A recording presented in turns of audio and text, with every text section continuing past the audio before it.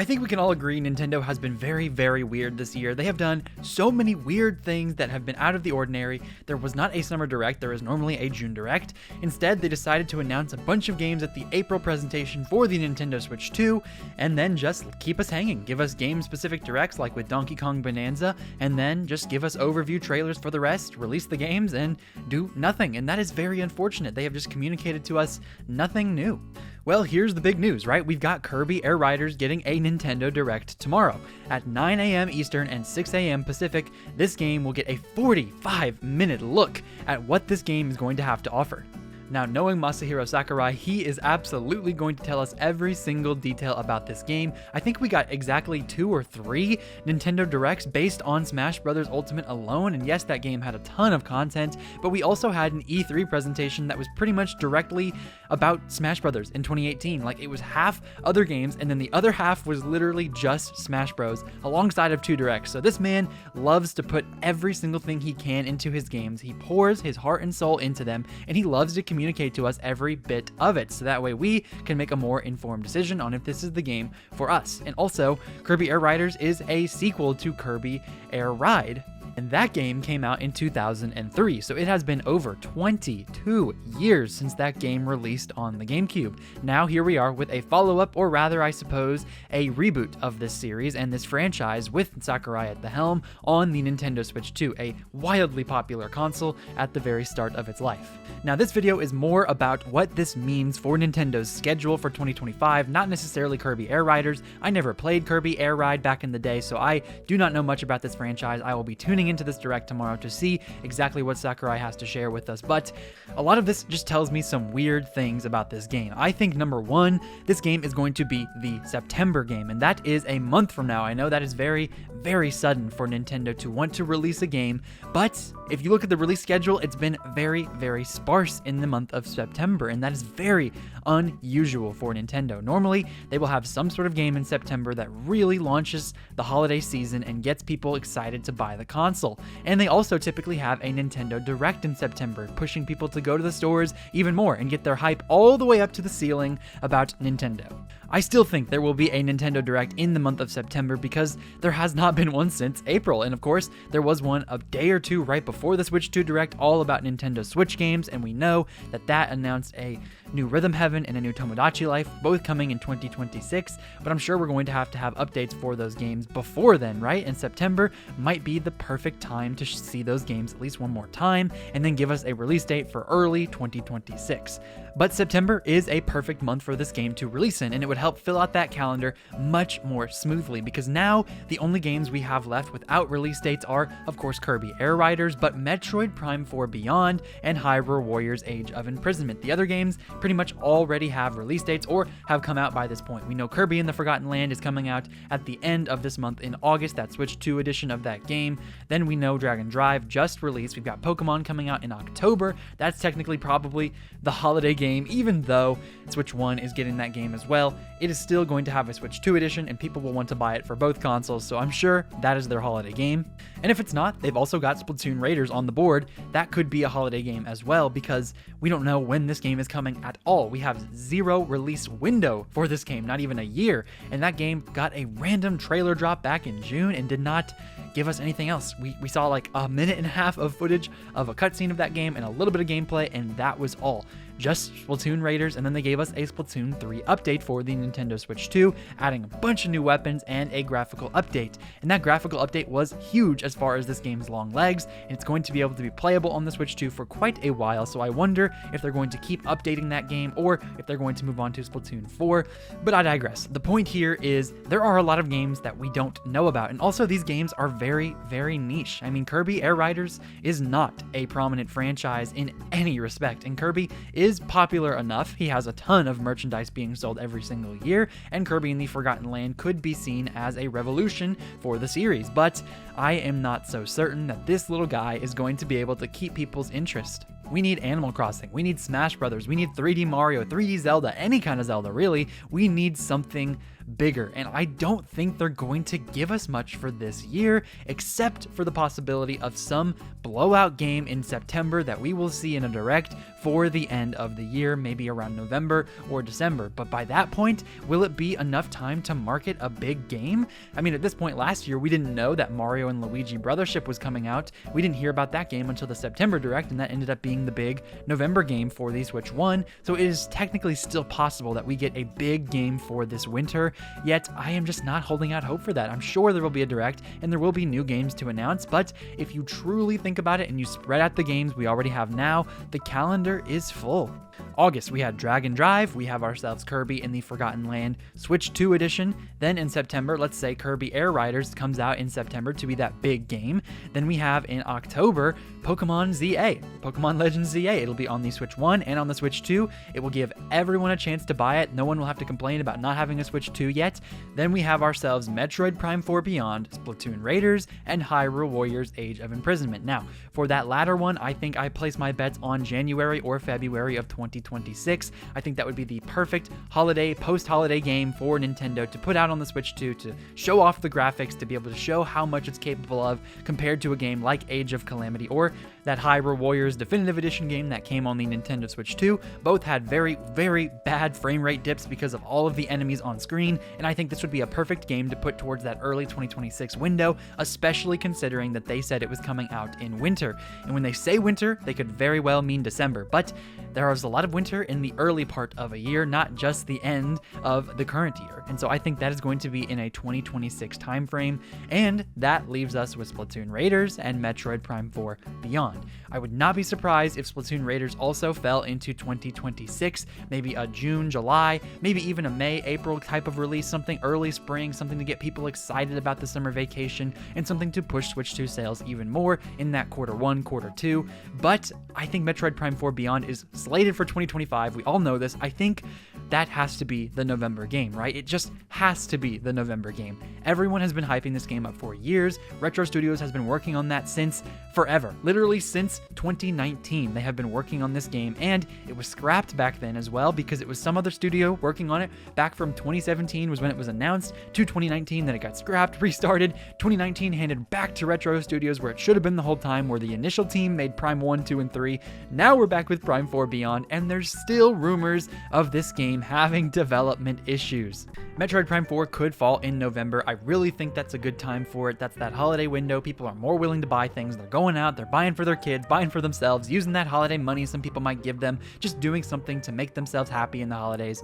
Metroid Prime 4 is a niche franchise though, and I don't think Nintendo should want to even use this type of game for that big holiday window. November and December are some of the best months for gaming, and a lot of companies love to release it around those holiday windows just to get more sales. And yes, that could be a good thing for Metroid Prime 4 Beyond, but it could also be detrimental in the sense of everyone's going to the stores. They see Switch 2s, they pick up Mario Kart, because of course they do. They pick up that new Donkey Kong game that everyone's talking about, but then they see Metroid, they see Samus, and they see all the other consoles on offer, and they say, I don't know that Samus. I don't really care about Samus. Metroid Prime 4? What about the other 3 games? Do I have to play those? I think I'm good. I think I'm good. I'm passing on Metroid Prime 4, and then they walk out of the store without the game.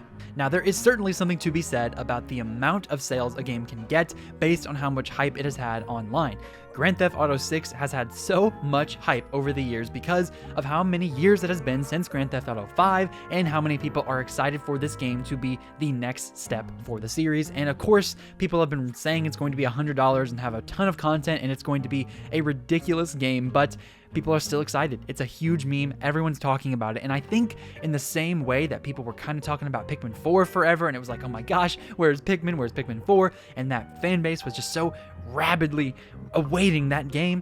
Metroid Prime 4 could get a similar type of result once it finally gets a release date. People will be saying, man, we've been waiting on this since 2017, and all the people who have been following Nintendo YouTubers will of course know that game is a meme in this community. People will know Metroid Prime 4 has been coming for a long time, and maybe they will take a leap.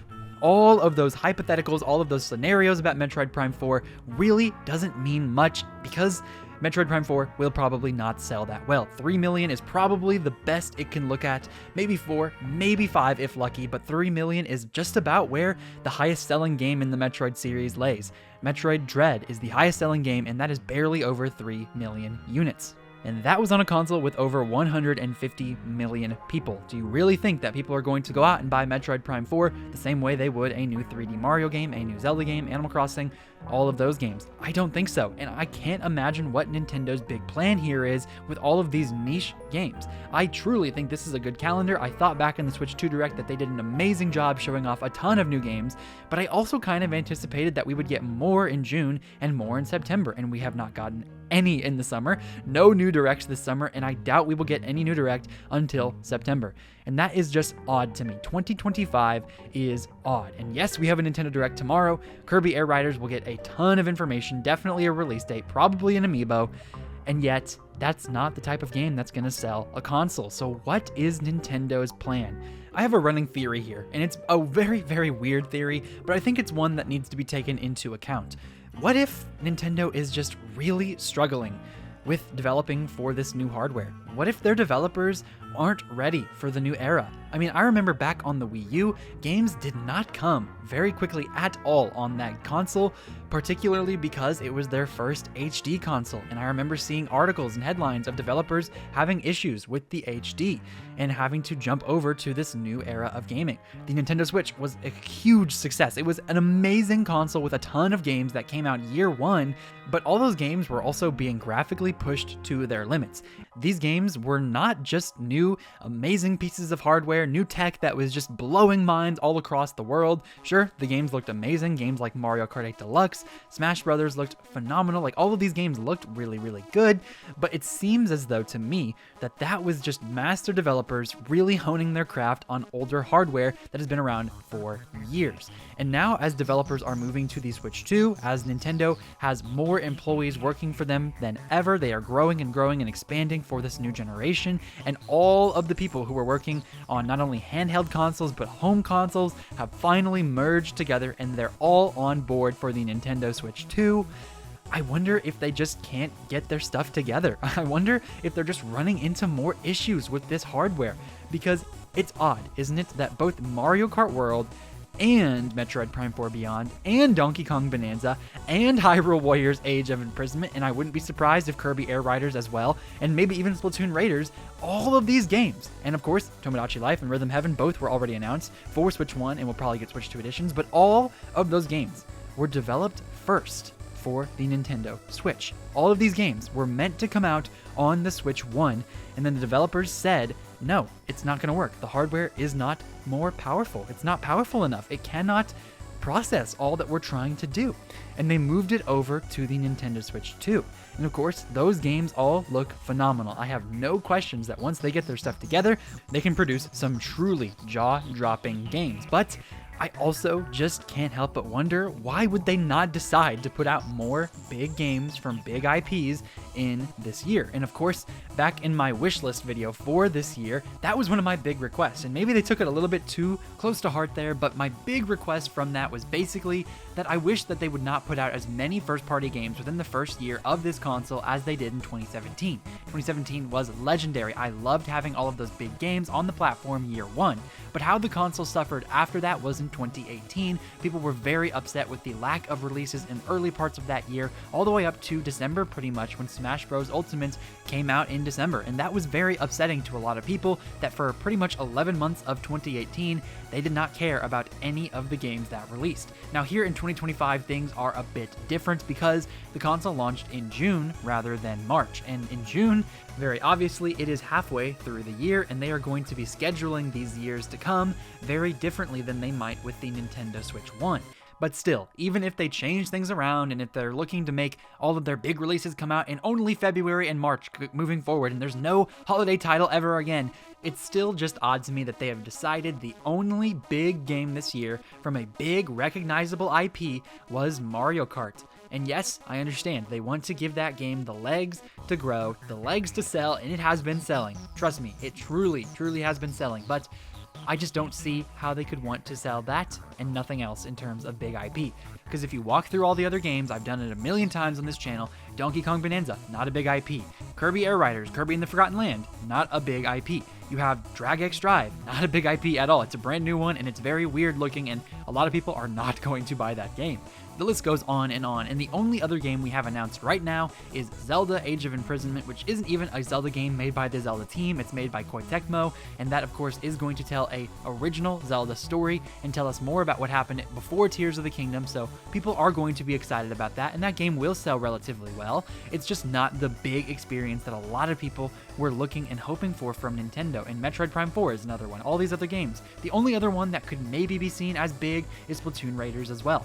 But even that game is a spin-off, just like Age of Imprisonment. It's a bunch of spin-offs, niche franchises, and then Mario Kart World. And of course, these games are great, but they're not for everyone, and they don't sell consoles. Donkey Kong Bonanza could end up being a big IP because of this game and because of the attention Nintendo decided to give it and because of the hype it saw online, but if views on all of these different YouTube channels have to say anything about it, Donkey Kong is not matching up to 3D Mario or a 3D Zelda. No one is watching videos about Donkey Kong Bonanza on my channel or on a lot of other Nintendo YouTuber channels. They're just not caring about Donkey Kong, and that is very, very unfortunate in my opinion for a game that is as good as a 3D Mario, and in your opinion here on this poll on the screen, you think it is better than Mario as well. It's just odd. All of this is weird and odd, and I've talked about it a million times, but Nintendo isn't communicating to us. They're not telling us what's coming up. They're not telling us when all these big IPs are coming, and I'm not expecting everything this year. I'm definitely not, but I'm expecting a little bit more than just Mario Kart this year, is what I was expecting, and that expectation, maybe it was bad, maybe I shouldn't hold it, but on the first year of a brand new console, I would have expected Nintendo to go a little bit more out there, to be a little bit bigger in their presence and a little bit better in managing their IPs. This is the kind of year that last year would have been totally fine if all these games had initially come out on the Switch like they were meant to, which again is still weird that all these games were initially developed for the Switch 1. But even if it had come out last year, I would have said that was a great final year for the Switch 1. And still on the Switch 2, there would be a lack of games developed specifically for it. There is a huge lack of that. I have not seen a single game developed from the ground up for the Nintendo Switch 2, other than of course some third-party games. Something like Madden could never have been done on the initial Switch, and if it had, it would have been like 20 frames per second, and the frame rate already isn't that good on the Switch 2, but that's more of an EA thing than a Nintendo thing in my opinion, but I digress. So maybe they are just holding out and they're doing exactly what I said, just a little bit more conservatively than I thought. Maybe there's only going to be one big game from one big IP per year, and the rest is going to be spin-offs and smaller IPs. I don't know. I can't imagine that's what they want to do. I'm sure there are going to be some years, maybe even 2026, in which we have a full year of just banger after banger after banger. And maybe it's just that these games don't appeal personally to me and just to the mass audience at large, because I can't see a lot of people super hyped about this year like they were 2017. 2025 could have been the best year ever for Nintendo, and of course, I did not want them to do that again. I wanted them to spread these games out. Maybe they're spreading them out again, and if they're not, we'll see what is going to come next, because that is a big discussion. If September comes and goes and there's no Nintendo Direct and there's no announcement and there's no big games on the horizon, and we maybe are waiting until February to see another Nintendo Direct, and you know what? That Direct will probably be one of the best ones of all time if we have to wait all the way till February for it.